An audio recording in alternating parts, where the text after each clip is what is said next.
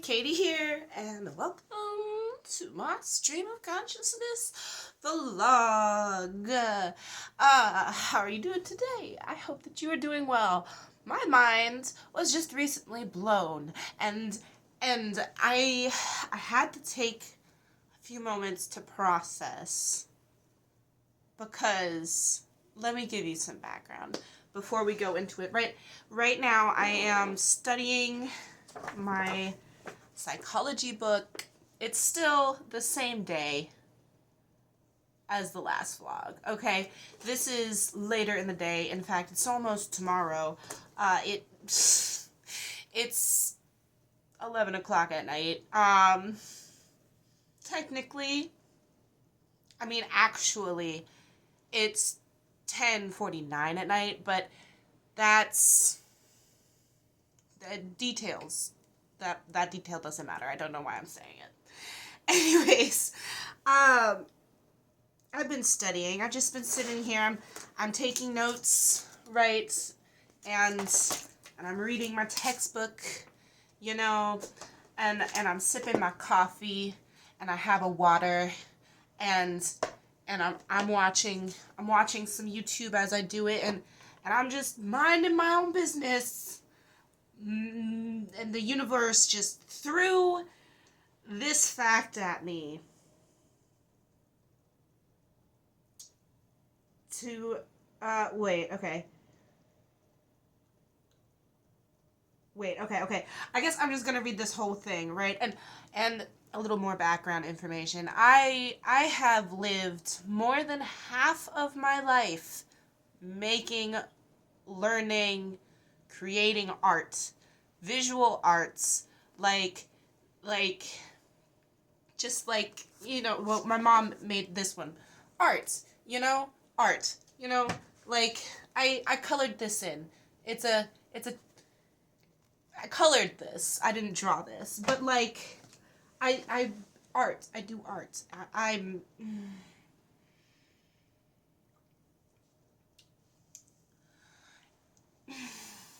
my mind is literally just like hurting thinking about this right now.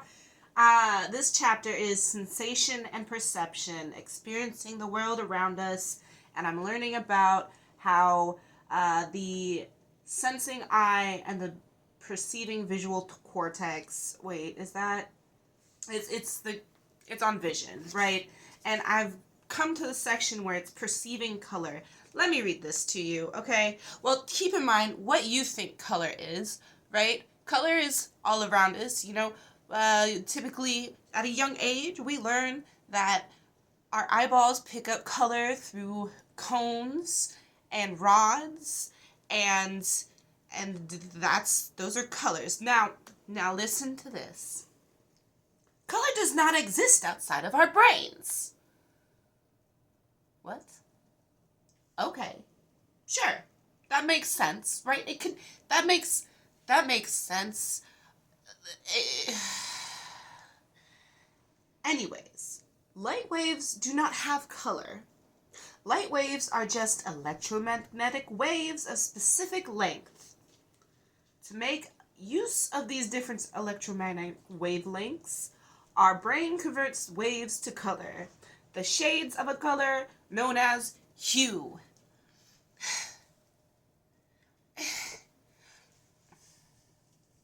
I don't know why my brain is simultaneously having a hard time understanding this, but at the same time understanding completely what this means. But like, why? This really should be gone over in art, in an art class, art 1 in high school, right? I mean, hi Belly. There's no room up here. My study stuff is all over here, and I love you, but my brain is anyways. The shade of a color, known as hue, is conveyed by the wavelength of light that enters the eye. We see longer wavelengths as more red and shorter wavelengths as more blue-violet. We detect brightness from the intensity of height of the wave. Bigger or more intense waves are perceived as brighter. Like, I just, I don't know. And my dog, hold on, I gotta get my dog to move because I can't think. I just, I don't know exactly because I had to take a moment, step away from this. But like color doesn't exist outside of our brains. So you're telling me this is not actually purple, right?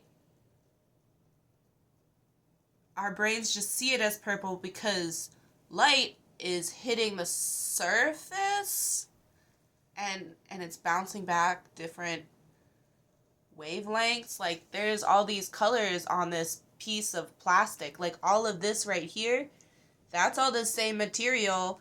So why is it not all one color? I guess the ink used to print on this sticker is a different color or is a different material. Each one, but it's the same material. And my brain is just hurting so bad. I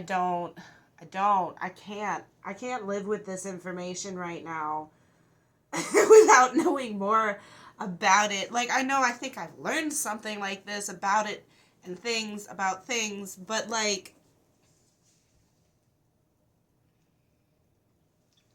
my brain just went on a whole tangent while I read that whole thing, and I was like, everything is just in black and white. Color doesn't exist outside of our brains. Color doesn't exist outside of our brains. That's what's so hard to imagine. Like that doesn't make sense. Like everything is colorful. Like I I'm not colorblind. Everything is colorful. Everything, but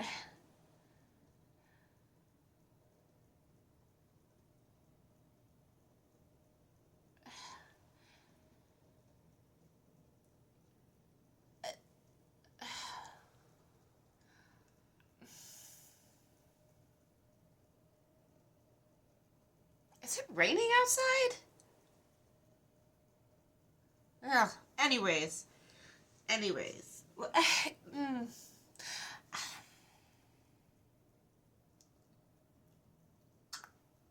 I I don't know how to describe my confusion because if color doesn't exist outside of our brains, what does the mantis shrimp see?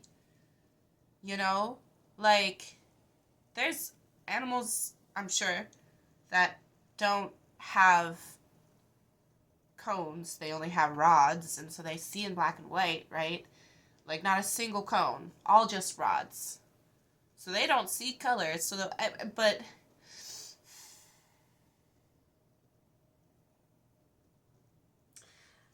I think I need to know more about how a cone works, and I'm about to research that. I will be right back.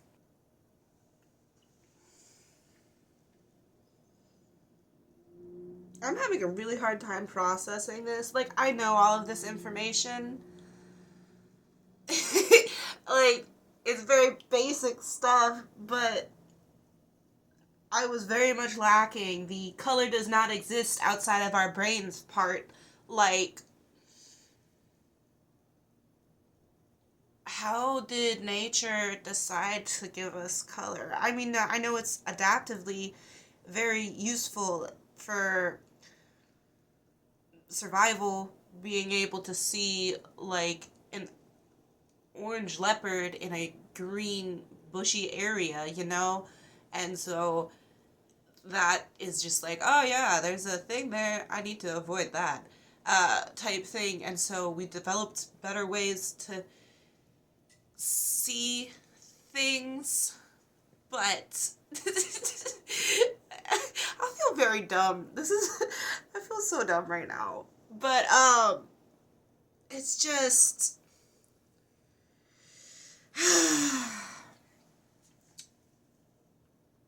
basically, I don't know. Like it just feels like I'm coming to the quote from Alice in Wonderland, we're all mad here because if color doesn't actually exist and we're just making it up in our brain?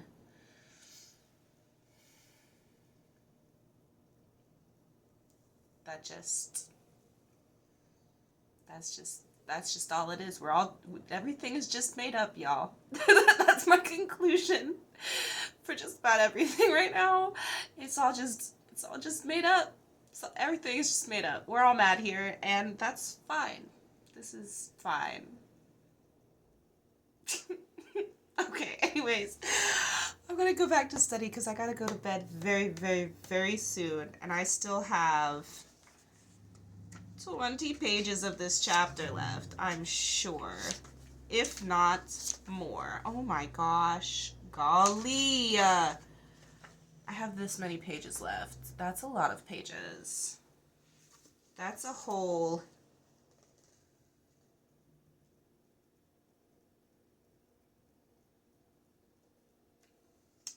That's a lot. That's a whole one of these right there. Oh, you can't really see that. Okay. Anyways. I hope that you have a lovely time wherever you're at. I've gotta go.